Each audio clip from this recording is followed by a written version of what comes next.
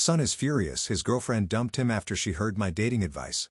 Today I effed up by giving my youngest son advice on happy relationships and causing my oldest son's girlfriend to dump him. First, I would like to say this actually happened on my youngest son's birthday, but today is the day my oldest son confronted me. So here is what happened. After the cake and presents, my youngest son and I were chatting.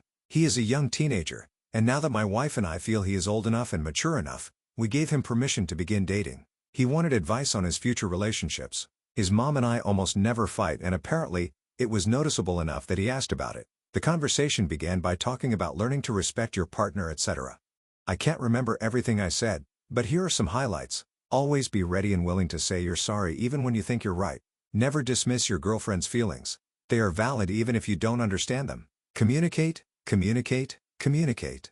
If something is bothering you and you don't tell your significant other, you're only hurting yourself. Listen when she is trying to tell you something no matter how much you don't want to hear it. Put the game controller down and mute the TV whenever she wants your attention. End every conversation with a sign of your affection. And if you won't see her for a few hours, give her a hug, a kiss, or both every time. Throughout the day, randomly tell her you're thinking about her, you care about her, or you love her, and mean it. If you stop meaning it, figure out why and fix it or break up. Trust is important, and once you've broken it, you might never fix it again. Many people believe love is the most important thing in a relationship, but it's not. It's respect. If you don't respect your partner or feel she doesn't respect you, talk about it and fix it or break up. Otherwise, you will both be miserable. There were a bunch of other pieces of advice I gave him, but that's the general gist. It wasn't all seriousness. We joked around a bit too. I told him this little bit of advice my dad told me a long time ago. You will know when your girlfriend is completely comfortable around you when she is willing to fart in front of you. Don't marry her until that happens. Sage advice, that is. Now me and my youngest were sitting at my desk having this talk while he was picking out the video games he wanted to buy with his birthday money. My daughter and my oldest son's, now ex-girlfriend, were on the couch playing video games and listening to us. My daughter occasionally chimed in with her own comments. She's been dating a few years now and had her own bits of advice to give. Though her comments were more about how to act on dates, places they can go and stuff like that. My oldest son's girlfriend hardly spoke at all. In hindsight, that should have been a red flag. She's a talkative extrovert and also a very pleasant and generous young woman. Eventually, my oldest boy came over and dropped off his gift for his little brother. He and his girlfriend stuck around long enough for him to have some cake, and then they left. At this point, I don't know exactly what happened. My daughter managed to get some details from my oldest son's now ex-girlfriend. I got some more from my oldest son when he came over to yell at me for breaking up his relationship. Long story short, my oldest son wasn't being a good boyfriend. His girlfriend confronted him with some issues they've been having. She felt like he didn't respect her opinions and feelings and she dumped him. It's that simple. I love all my children with every bit of my heart even when they are mad at me, and I admit I effed up. I am to blame for his breakup, but not because of what I said in front of his girlfriend. I effed up because I didn't drill the advice I gave my youngest into my oldest boy's head when he was younger. He wants me to post this on one of the Am I the A-hole subs, but I'm not going to do that. I admit that I could be a better father, and I can be a real a-hole sometimes, but I'm pretty damn sure that even though I could have read the damn room, that wasn't the real problem. Hopefully, my oldest son learns from this. Well, OP, I absolutely agree with every single word you said. Your whole relationship advice, that's all spot on. And also, it's not your fault that you actually opened up the ex-girlfriend's eyes and she dumped him. It's his own fault because, as you said, he apparently wasn't being a good boyfriend and she had enough. Hopefully, your son learns from this and now he can actually take your advice to heart and follow through with that in his next relationships. If not, that's on him. What do you guys think? Let me know in the comments section and let's check out the community comments. I really want Skittles says, I'm no father, but I am a brother, and I'm going to tell you right now, some kids never learn. They will live their life with the same problem repeating over and over, and it's going to be everyone else's fault. Jimbo the Rising Clown says, since your post makes it seem like he's reading the comments, I'm directing this to the oldest son. Dude, treat women well. Not because their gender gives them any special status, but because they are human and almost everyone deserves to be treated with human decency. If you're with a partner and you realize you aren't actually invested in their relationship, just be honest and break up instead of hurting them by stringing them along. If your sole reason for a relationship is because you just want sex, there are a lot of ways to get it if you are honest with your partners and a decent human being. Learn from this breakup and become a better partner so it doesn't happen again. And listen to your parents. It sounds like they actually understand what a healthy relationship looks like, and that is far too rare in this world to take for granted. And not quite chaos yet says, I know this is today I effed up, but I'm gonna go ahead and say not be a hole. Yes, you could have drilled this advice into your eldest son's head, but if they broke up without taking the time to try to fix what she felt was wrong in the relationship, then there was more wrong than just your good advice could fix. Additional information from Ops comments. I posted this because my son wanted me to take this to Reddit. He specifically wanted me to post on the Am I the Sub, thinking he will get some satisfaction when they point out that I'm the I told him I'd write a post but not where he wanted. I stand by everything I said 100%. Sure, I'll take the blame for his breakup. I effed up, so that's why I'm here. But only because I wasn't a better father to him and taught him how to treat his girlfriend right. He's not too old for me to smack him upside the head to jumpstart his brain. He will be 20 later this year, so not really a full teenager anymore. The way I look at it, I should have given that advice unsolicited back when he was still living under my roof. Hopefully, he learns from this. He's a smart kid even though he is a bit spoiled. I will love him no matter what and will be waiting in case he wants to talk. I didn't post the details of their argument because I don't have all of them. I do know what she told my daughter, and I know my son. I listened to everything he said when he came over today, and my daughter and my son's ex are still friends. He struggled to refute the things she told my daughter. That has always been a sign of him trying to come up with excuses for his actions after the fact. In short, he was dismissive of his girlfriend's feelings on some things that are important to her in addition to more private stuff. No foul play though. I don't know if he can fix this with her. He is currently not talking to me or my wife.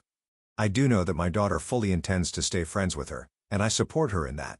Alright, well, overall, the community would agree that OP is not the a-hole if that was what OP would be asking. In any case, let's move on to the update to see how this story ends. I've had a few requests for an update, but life and its troubles kept happening each new day since my original post. I made some comments on the original post, but there were just too many to answer everyone and deal with the personal messages people sent me. I'll try to answer the many and varied questions in this update. I'd like to clarify that my son is a young adult and no longer lives in my home. He came over long enough to drop off my youngest son's gift, eat some cake, and left with his girlfriend. My daughter and youngest son are still teenagers. My daughter and my oldest son's girlfriend met through my son, but they are still friends even after the breakup. With that said, on to the update. After my oldest son and his girlfriend broke up and he yelled at me for it, many things have been said. Some things I didn't know were revealed and some secrets were told. I gave my son a couple of days to cool off before I spoke with him. My wife tried calling a few times, but he wouldn't answer his phone. So I went over to his apartment. His roommate convinced him to let me in to talk, and we did. We also did some shouting, a bit of yelling, and hugged once as well. This is when I found out that my son got a job offer out of state a few weeks ago. It's part of an apprenticeship through his trade school. He is considering it, and this was one of the reasons for the recent tension between him and his girlfriend. She wanted him to stay here where her family is, and he wanted her to go with him if he took the apprenticeship. It's almost twice the hourly rate he makes at his current job, and the apprenticeship will pay for some of his time spent in classes, although the cost of living is higher there as well. Some people pointed out that my son is a bit misogynistic, and I initially thought that may be a bit true, and I learned part of that from some of the examples he has seen in my home. I talked to him about this and discovered that he sees things about my marriage in a way they were never meant to be seen. One thing that my son pointed out to me was this thing my wife and I call my magic coffee cup. You see, when my wife is home, I am not allowed to make my own coffee. My wife has always made my coffee since we first started dating. This isn't something I have ever demanded. It's just the way things have always been. It became a joke between my wife and I when we were dating that my coffee cup must be magic because I've never had to fill it myself. Now, after many years of marriage, it's become something I don't even think about. My wife will pick my empty cup and say some silly magic words like hocus pocus or bibbidi bobbidi boo while waving her hands over it, and then she takes it to the kitchen and makes me a fresh cup. Sometimes I will pick up my empty cup and say some magic words and then shake the cup or peek inside, and then in a pitiful whiny voice say to my wife, "Honey, my magic cup isn't working again." The few times I have tried to make my own coffee when she is home, she gets up, hip checks me out of the way, and makes it for me. I learned my lesson long ago, but my kids never saw that play out when it first developed. This is not the misogynistic act my oldest son believes it to be. I do not think it is my wife's place to have to slave for me by making my coffee. She does it because she loves doing it, not because she has to. If she told me today that I had to make my coffee from now on, I won't say a peep. I'll kiss my wife and go make my coffee. This has become part of another running joke that we have going. The joke is we each don't let the other do specific things around the house so that the other forgets how to do them so we can never leave each other. Officially, I do all the laundry, and she does all the dishes. In reality, she does wash the occasional load, and I do the dishes every once in a while, but we never admit to doing so. I learned to cook her favorite foods, so she forgot how to make them, and she does the same for mine. For example, she can't make eggs over easy anymore, and I've forgotten how to make good slop, which is sausage and egg noodles and cream of mushroom and topped with fried onions. Terrible for you, but so good. This and other little quirks is part of our love language, and it has taken many years for it to develop. My son mistook the nuanced, unspoken, or joked about parts of our marriage for some sort of male-female traditional marriage role BS. He was seeing the end result of years of small compromises, fights, agreements, and other stuff that led to the way our marriage works today. Now, while I was having that talk with my oldest boy, my wife and daughter were talking with his ex-girlfriend. We all really like her and would hate to see them broken up forever. They discovered all the things my son wasn't telling me. From what they learned, my oldest son has been listening to certain podcasters and TikTok influencers that are very misogynistic. My son wanting her to move out of state with him while she was reluctant to do so is just the tip of the iceberg when it comes to their real problems. When they talked about their futures, they had wildly differing views on what those futures would be like. For example, he got it stuck in his head that women should do the lion's share of the housework. To be fair, doing the dishes seems like it takes a lot more effort than doing laundry since most of the time is spent waiting for the dryer cycle to finish. But doing the laundry is more than just washing and folding clothes while watching TV or playing video games. It's changing the linens, changing out the towels and robes in the bathroom, and changing out and cleaning the curtains around the home. None of my kids has ever had to put fresh sheets on their beds because I do it for them. My wife has done our bed maybe once in the last half dozen years. Laundry, like dishes, are monsters that you battle endlessly.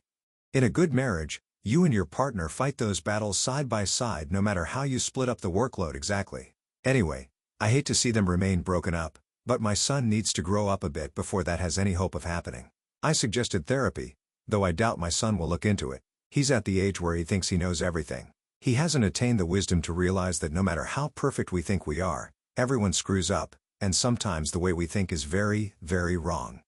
Son, I love you, but you need to get your head out of your ass. Oh, once again, I agree with you on everything regarding the relationship part. Of course, compromise, communication, and respect. And though I agree his mindset does need some work on and adjustment, one thing I do have a point on is in his professional future. Your son got a job opportunity that he really wanted to explore.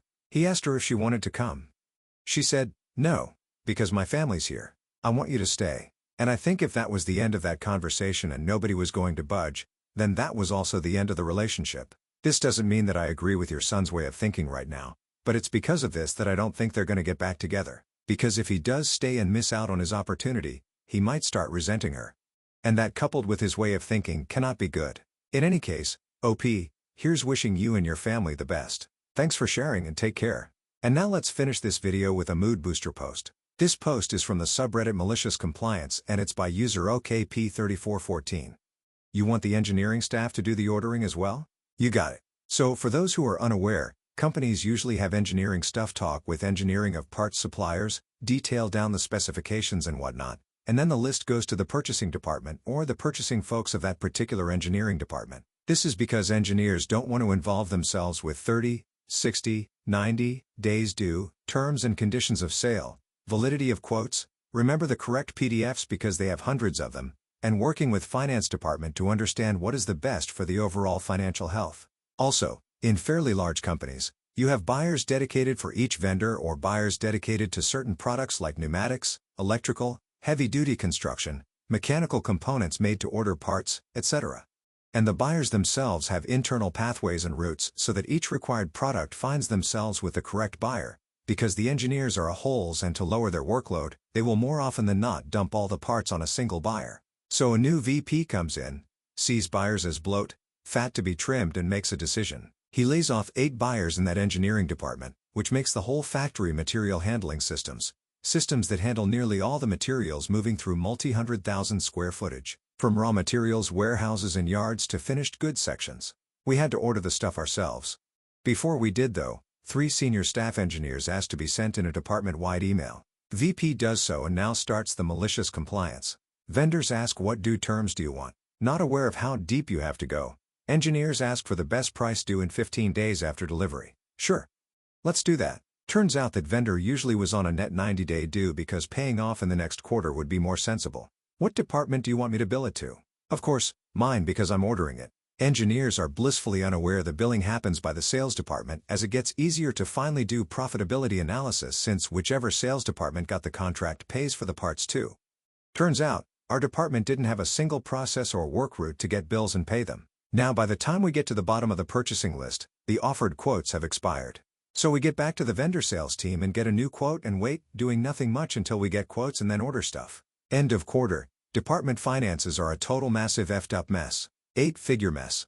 The CFO is red-faced steaming from her ears trying to find out what is going on. Engineers say, "Oh, the best price was net due 15 days so I selected that. Well, I was ordering it, so the bill should come to us. Why would other department pay for the stuff that I'm asking for?" The CFO says, "Who asked you to do the ordering yourself? This is not your job." Everyone shows her the email. End of the day, VP walked out to never be seen again. All the buyers who were let go were rehired, and all of them negotiated a pay increase of $6.50 per hour. Well, usually trying to fix something that you don't know how it works is not going to necessarily lead to a good outcome.